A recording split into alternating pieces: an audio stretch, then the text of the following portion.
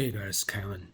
Today we're going to work on this Epson error code 0x69, and we're going to work in the lab, so there will be some background noises. Okay, here's Abby. Hey guys, it's Abby here. We're going to be fixing this 0x69 error on this WF3640 printer. First thing I did was take the screws off to that back side cover so I can expose the wires that connect to the main board. And then I go ahead, disconnect those wires, and then I'll take out the ground wire and the FFC cable that connects to the main board. These are all connecting to the scanner that goes on top. So lift up the scanner and push in the tab on the right side and lift up, and then work out these wires and the FC cable. And once you have those all out, you should be able to just lift off the scanner and that will be detached.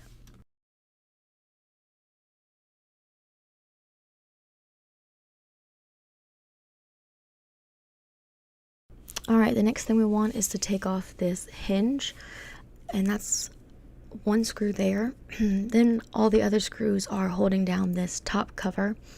So there's one screw under that hinge in the back. Take that screw off. There also is one screw on the other back far side. So now we have that off and we are able to see everything on the printer. If you look closely at that encoder strip, you'll see that it's off. Now I have an extra carriage here that I'm showing you to where I'm wanting to try to put this encoder strip back in. There's a sensor on the back of this carriage, and that's where this encoder strip is supposed to go through this sensor, so when it goes back and forth it can read the encoder strip. So that's where one of these errors is with this 0x69. So that's what we're doing. So I've detached the encoder strip, and basically we're doing what I just did with that other one that was not in the printer. So yeah, it was a little hard to see, but now that you know what you're looking for, you can feel around for it.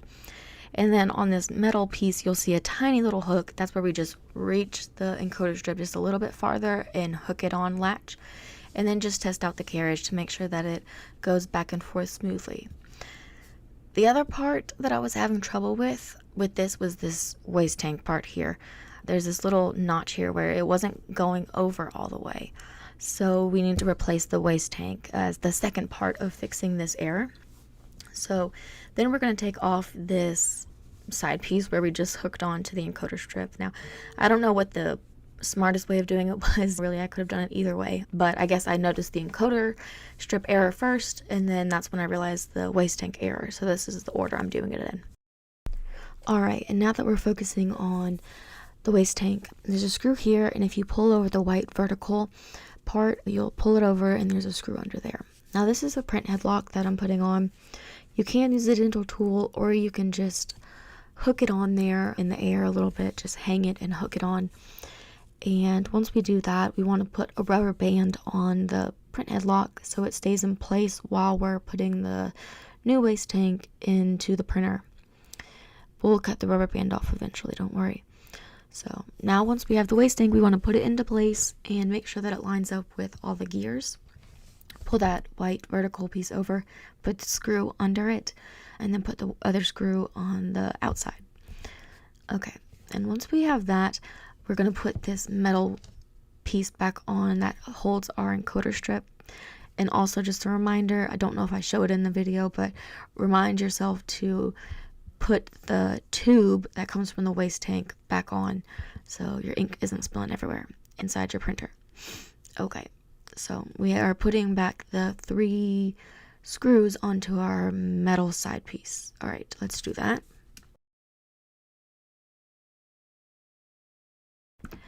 And once we finish with that, we basically have fixed the 2 errors. We just need to test to see if it works. So we're putting it back together now. I'm putting on the top cover, and I set it on there, and it just takes me a little boom of the fist on the back in there to snap it down in place. Usually cracks me up a little bit, but we're going to put all the screws back down in place to hold it down. Remind yourself to put the screw at the back where the hinge goes. There's one screw under there. And then you also want to put the hinge in place before you put the scanner on. Or you don't even have to put the scanner on all the way. You could just put the scanner on the side and attach it and just test it. But I was pretty sure I fixed it. All right, so I'll come back once we put all of the one FFC cable in and all of the connections, all of the cables. Once we slide those through, you want to hook them back up to their proper place, put in the ground wire and the FFC cable, and then we'll test it.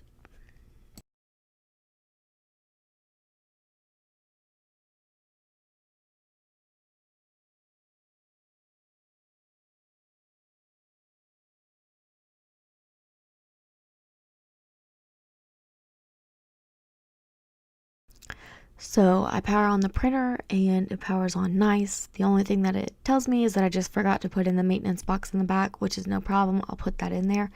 But you can see that 0x69 is no problem. It goes back and forth. Happy printing, everyone.